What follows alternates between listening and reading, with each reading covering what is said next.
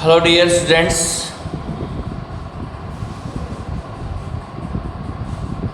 today we are discuss about the centrosome. Centrosome जो है बहुत इम्पोर्टेंट सेल ऑर्गेनल है जो कि जनरली एनिमल सेल के अंदर ही प्रेजेंट होता है। प्लांट सेल के अंदर ये एब्सेंट होता है।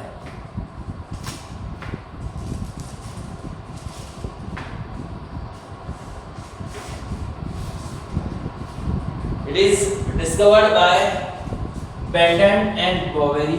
बेंटन एंड बोवेरी दो साइंटिस्ट थे जिन्होंने मिलकर जो है इसको डिस्कवर किया था।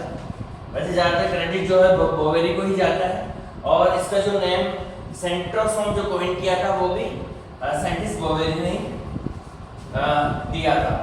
प्लांट सेल के अंदर ये एब्सेंट होता है, लोअर प्लांट के अंदर ये प्रेजेंट होता है, present in lower plant. Lower plant कौन कौन से? Specially algae. एल्गी के अंदर जो है ये प्रेजेंट होता है, फंजाई के अंदर ये प्रेजेंट होता है, बट हायर प्लांट जितना भी है राइबोहाइड्रेट, रेडोहाइड्रेट, जिम्नोस्पर्म के अंदर ये एब्सेंट होता है। स्ट्रक्चर की बात करते हैं। स्ट्रक्चर ऑफ सेंट्रोसोम, कैसी स्ट्रक्चर इसकी होती है? देखिए इस स्ट्रक्चर में देखने पर ये it is consist of two centriole, दो सेंट्रियोल से मिलकर ये बना हुआ होता है at the right angle to each other.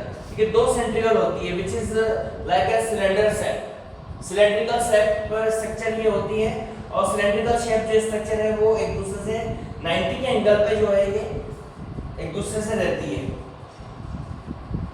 Died होता है मतलब टू स्ट्रक्चर से बना होता है और यानी it is consist of two units which are known as centriole. दो यूनिट से बना हुआ होता है जिन्हें हम किस नेम से जानते हैं?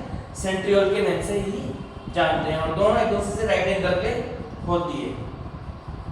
इसकी चारों तरफ स्पेसिफिक स्ट्रक्चर यहाँ पर होती है, स्पेसिफिक साइटोप्लाज्म होता है जिसे हम सेंट्रल स्फीयर के नाम से जानते हैं और ये भी जो है इसका सराउंडिंग ग्राउंड मटेरियल होता है, सराउंडेड ग्राउंड मटेरियल जो कि आसपास वाले सेल ऑर्गेनल को इसके आसपास नहीं आने देता है।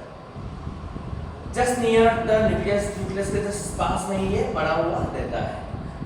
ठीक है स्टूडेंट्स, तो that is the structure of centrosome. इतनी सिंपल सी स्ट्रक्चर है, बट अब हम इसकी बात करते हैं सेंट्रियोल की। दो सेंट्रियोल से मिलकर बना होता है। सेंट्रियोल अंदर से कैसी स्ट्रक्चर इसकी होती है उस सेंट्रियोल की हम बात करते हैं। Structure of centriole, membraneless 30 micrometer to 700 micrometer. इसके चारों तरफ कोई मेम्ब्रेन नहीं होती है, बिना मेम्ब्रेन का ये बना हुआ होता है और इसके जो डायमीटर की अगर हम करें तो 30 माइक्रोमीटर से लेके 700 माइक्रोमीटर तक हो सकता है। सबके अंदर ये अलग अलग वेरी करता है, किसी के अंदर ज़्यादा हो सकता है, किसी के अंदर कम हो सकता है, बट मिनिमम 300 माइक्रोमीटर हो सकता है और मैक्सिमम 700। ठीक है, अब इसकी स्ट्रक्चर की हम देखें तो इसमें एक सेंटर में बिल्कुल व्हील की तरह होता है, कार्ट व्हील, गाड़ी का पहिया जैसा होता है, तो गाड़ी के पहिए की तरह इसकी स्ट्रक्चर होती है। बीच में एक सेंट्रल हब होता है, ये बीच में जैसे हब होता है जिसके ऊपर स्पोक आपके साइकिल होगी, बाइसिकल के बीच में एक होता है जिसमें स्पोक निकले हुए रहते हैं, तार वाले जो रिंग होती है तार निकले हुए रहते हैं, तो ये बीच में इसको सेंट्रल हब कहते हैं। इस सेंट्रल हब से जो है 9 स्पोक निकले रहते हैं। ठीक है, तो इसको हम सेंट्रल हब कहते हैं और इससे जो निकलने वाले ग्रीन कलर के जो हब ये निकले होते हैं 9 प्राइमरी फाइबर्स को के नाम से जाने जाते हैं। आप काउंट कर लीजिए, फिक्स है इनकी नंबर के 9 प्राइमरी फाइबर्स ये निकले हुए रहते हैं और 9 प्राइमरी फाइबर्स जो है ट्यूबुलिन के बने हुए होते हैं। किसके बने होते हैं? ट्यूबुलिन के बने होते हैं। ट्यूबुलिन प्रोटीन जो होती है उसके बने होते हैं।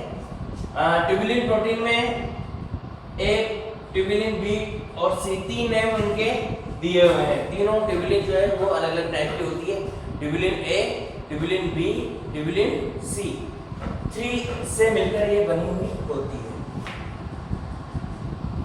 ठीक है, तो ये यहाँ से जो निकलने वाला जो फाइबर है जिसे हम प्राइमरी फाइबर कहते हैं वो जाके जो है इस ए से जाके जुड़ता है। ठीक है, ये ए से जाके जुड़ रहा है, इसका ए से जाके जुड़ता है। अब ये ए जो है इससे सेकेंडरी फाइबर निकलता है जो कि सी से जाके जुड़ता है, दूसरे वाले की सी से जाके जुड़ता है। इसी तरह से ये यहाँ से निकलेगा फाइबर ऐसे जाके जुड़ेगा और ये वाला दूसरे वाले के सी से जुड़ेगा। इसी तरह से ये वाला ए से जुड़ेगा ऐसे सी, और इस तरह से पूरा कार्टवील का फॉर्मेशन होगा, पूरा भैया यहाँ पर बनेगा। ठीक है, तो यहाँ पर 9 ट्यूबुलिन होती है।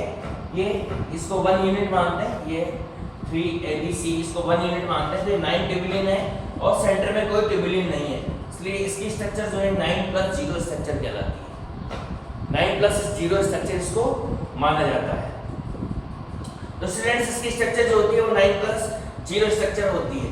इसी की तरह के स्ट्रक्चर जो है हम आगे पढ़ेंगे, सेम टू सेम इसी तरह का कार्टवील आएगा और वो पढ़ेंगे हम सीलिया एंड फ्लैजिला के अंदर। सीलिया एंड फ्लैजिला के अंदर भी स्ट्रक्चर इसी तरह की आपको मिलेगी और इसी तरह की ट्यूबुलिन वहां पर मिलेगी। इसके अलावा इसके अंदर एक और चीज यहाँ पर प्रेजेंट होती है, इसके अंदर डीएनए, आरएनए और राइबोसोम भी प्रेजेंट होते हैं। और डीएनए, आरएनए, राइबोसोम प्रेजेंट होने की वजह से इसको भी हम सेमी ऑटोनोमस सेल ऑर्गेनल कहते हैं। तो स्टूडेंट 3 सेल ऑर्गेनल आपके सेमी ऑटोनोमस हो गए। 3 में कौन कौन से हो गए? सबसे फर्स्ट माइटोकॉन्ड्रिया, सेकंड क्लोरोप्लास्ट और थर्ड सेंट्रोसोम। ये 3 जो है सेल ऑर्गेनल जो है वो सेमी ऑटोनोमस सेल ऑर्गेनल होते हैं, जो कि अपने कुछ फंक्शंस जो है, सेमी ऑटोनोमस क्यों कहा जाता है? क्योंकि अपने कुछ फंक्शन जो है खुद ही कर सकते हैं। तो स्टूडेंट्स इसके अंदर भी डीएनए, आरएनए और प्रोटीन तरह की जो है स्ट्रक्चर इसके अंदर पाई जाती है, जो कि सेमी ऑटोनोमस सेल ऑर्गेनल इसको बनाती है। ठीक है, आपके थोड़ा सा ये चैप्टर जो है लंबा पड़ रहा है, क्योंकि हम 11th में जो है फाउंडेशन भी साथ में पढ़ते हैं। केवल 11th का सिलेबस हम नहीं करा रहे हैं, 11th के साथ साथ फाउंडेशन क्लासेस भी हम आपकी चला रहे हैं। तो 11th का सिलेबस भी हो जाए, साथ में आपका फाउंडेशन भी हो जाए। और अगर आपकी ऑफलाइन क्लास होती तो आपके ऑनलाइन ऑब्जेक्टिव टेस्ट भी मैं कराता, और भी जो है आपके फाउंडेशन का बहुत सारा मटेरियल हमारे पास तैयार है, जो भी हम आपको प्रोवाइड करवाएंगे। बट ऑफलाइन क्लास का वेट है अभी, तो ऑनलाइन क्लास में तो अभी अपन को जितना मिल पा रहा है, जितना हम दे सकते हैं आपको, उतना ही हम अवेलेबल आपको करवा पाएंगे। ठीक है स्टूडेंट्स,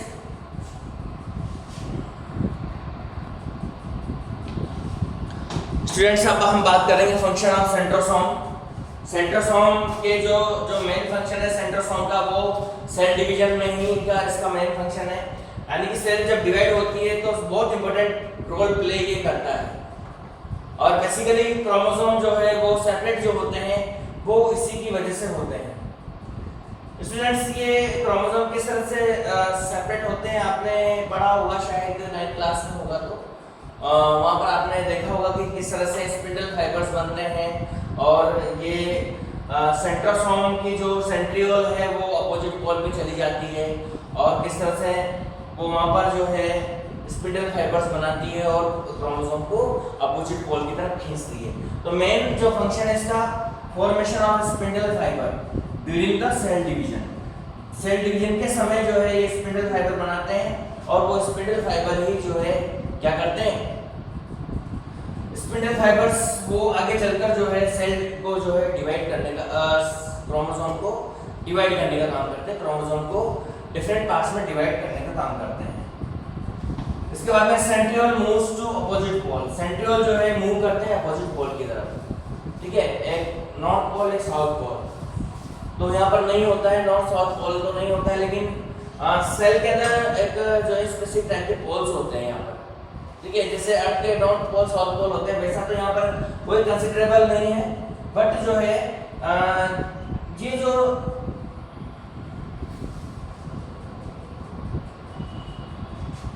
सेंट्रोसोम है, इसमें से ये दोनों सेंट्रियोल जो है वो सेपरेट हो जाते हैं, और सेपरेट होकर दोनों अलग अलग हो जाते हैं सेल डिवीजन के समय, और अलग होकर दोनों अपोजिट डायरेक्शन में चले जाते हैं।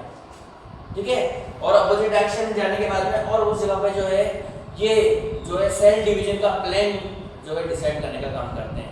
यानी सेल डिवीजन किधर से होगा उसका प्लेन ये है डिसाइड करेंगे। जैसे ये सेल है, ठीक है, ये यहाँ पर न्यूक्लियस है, अब डिवीजन किधर होगा, अगर ये जो है एक इधर चला जाता है और एक इधर चला जाता है, फिर डिवीजन ऐसे होगा, और अगर एक इधर चला जाता है और एक इधर चला जाता है, फिर डिवीजन ऐसे होगा। तो सेल डिवीजन का प्लेन जो डिसाइड होगा वो कौन डिसाइड करेगा? सेंट्रियोल ही डिसाइड करेगा। तो स्टूडेंट्स बेसिकली टू ही फंक्शन है इसके, formation of spindle fibers and centriole moves the opposite pole into the cell to decide the plan of cell division. Cell division का जो प्लान है उसको डिसाइड करने का काम ये करता है।